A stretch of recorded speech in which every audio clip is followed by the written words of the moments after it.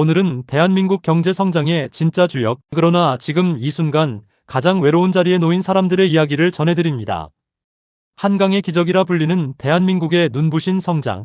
그 뒤에는 젊음을 바쳐 공장을 돌리고 논밭을 일구고 도시를 세운 세대가 있습니다. 바로 지금의 60대, 70대, 그 이상의 어르신들입니다. 이분들이 나라를 위해 모든 것을 쏟아붓고 난 자리에 국가가 돌려드리고 있는 것은 무엇일까요? 국가데이터연구원이 발표한 한국의 사회동향 2025 보고서에 따르면 66세 이상 노인의 소득 빈곤율은 39.7%로 OECD 회원국 중 가장 높습니다. 노인 10명 중 4명이 빈곤층이라는 이야기입니다. OECD 평균이 13%대인 것과 비교하면 대한민국 노인 빈곤율은 3배가 넘습니다.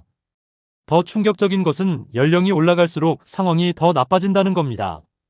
76세 이상 노인의 빈곤율은 52%, 즉 2명 중 1명 이상이 빈곤층에 속합니다. 가장 돌봄이 필요한 후기 노인일수록 가장 가난하다는 역설, 바로 지금 대한민국의 현실입니다. 그렇다면 이분들을 위한 국가의 지원 제도는 어떻게 되어 있을까요? 대한민국의 노인 소득 보장 체계는 크게 세 축으로 이루어져 있습니다. 국민연금, 기초연금, 그리고 기초생활보장제도인데요.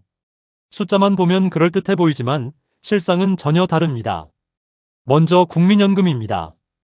2025년 기준 국민연금 평균 수령액은 월 약 67만 원 수준입니다.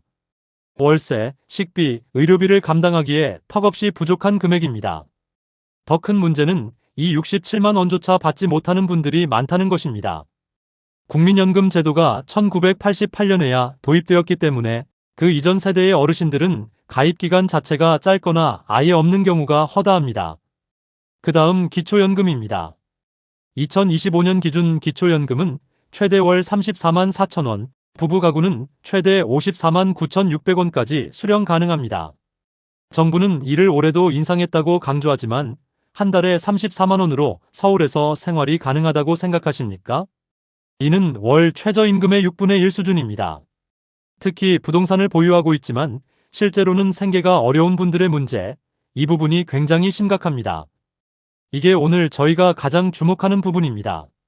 집은 있지만 정작 먹고 살 현금이 없는 분들, 그리고 그분들을 돕지 못하는 제도의 맹점입니다.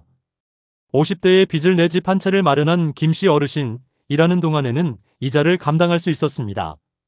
하지만 은퇴 후 소득이 끊겼습니다. 매달 이자는 나가고 통장 잔고는 바닥을 보입니다. 국가에 손을 내밀어 봤지만 돌아온 답은 냉정했습니다. 부동산을 보유하고 있어 소득 인정액 기준을 초과합니다.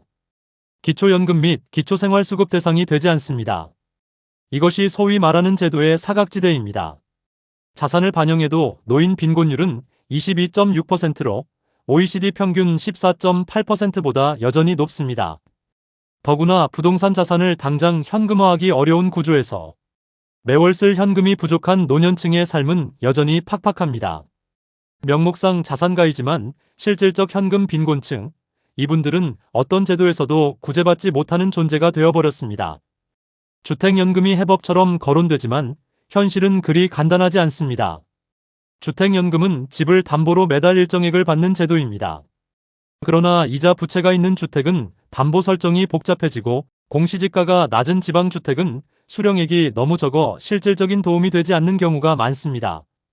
무엇보다 심리적 저항감, 평생 일해서 마련한 집을 담보로 내놓는다는 것에 많은 어르신들이 선뜻 발걸음을 떼지 못합니다. 대한민국은 정부에서 시행하는 노인에 대한 복지가 매우 부족한 상황입니다.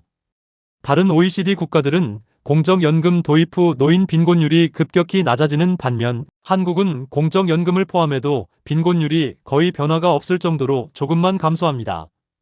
제도가 있어도 그 제도가 실질적인 구원이 되지 못하는 나라, 그게 지금 대한민국의 민낯입니다. 그렇다면 전문가들은 어떤 해법을 제시하고 있을까요? 전문가들은 크게 3가지 방향을 제시하고 있습니다. 첫째, 소득인정액 산정 방식의 현실화입니다. 현재 기초연금은 부동산을 소득으로 환산해 심사합니다. 팔 수도 빌려줄 수도 없는 1주택 실거주 노인에게 집이 있으니 지원 불가라는 건 형식적 공평일 뿐 실질적 불평등입니다. 실거주 1주택에 대한 소득 환산율을 대폭 낮추거나 면제하는 방향의 개편이 시급합니다. 둘째, 부채를 가진 저소득 노인을 위한 별도 지원 창구 신설입니다. 이자 부담으로 실질 가처분 소득이 극히 낮은 노인 가구에 대해서는 부채 차감 후 실질 소득 기준으로 지원 자격을 재산정하는 특례 규정이 필요합니다. 캐나다의 GIS 보충 소득 보장 제도처럼 실질 현금 흐름 기준으로 수급 여부를 판단하는 시스템을 도입해야 한다는 목소리가 커지고 있습니다. 셋째, 기초연금 금액 자체의 현실화입니다. KDI 분석에 따르면 기초연금 선정 방식을 개편해 취약계층에게 집중 지원할 경우 추가 재정 없이도 최대 월 44만 7천 원 수준까지 인상이 가능합니다. 70%에게 넓게 나눠주는 방식보다 정말 어려운 분들에게 더 두텁게 지원하는 방향으로의 전환이 필요하다는 겁니다. 오늘 내용을 마무리하면서 이 질문을 드리고 싶습니다. 대한민국의 오늘은 누가 만들었습니까? 한 끼를 굶으며 공장을 돌리고 자식 교육을 위해 한평생을 희생한 그 세대가 만들었습니다. 2023년 기준 혼자 사는 고령자의 18.7%는 도움받을 수 있는 사람이 아무도 없다고 답했습니다. 국가도 가족도 이웃도 없이 홀로 버티고 있는 노인이 5명 중 거의 1명입니다. 집은 있지만 밥은 굶고 이자는 내야 하지만 도움받을 곳은 없고 제도의 문을 두드리면 자격이 안 된다는 말만 돌아오는 현실. 이것이 이분들이 평생을 바쳐 만든 나라가 이분들에게 돌려주는 보답이어서는 안 됩니다. 제도의 사각지대에 놓인 노인들을 위한 실질적 대안, 이제 더 이상 미룰 수 없습니다.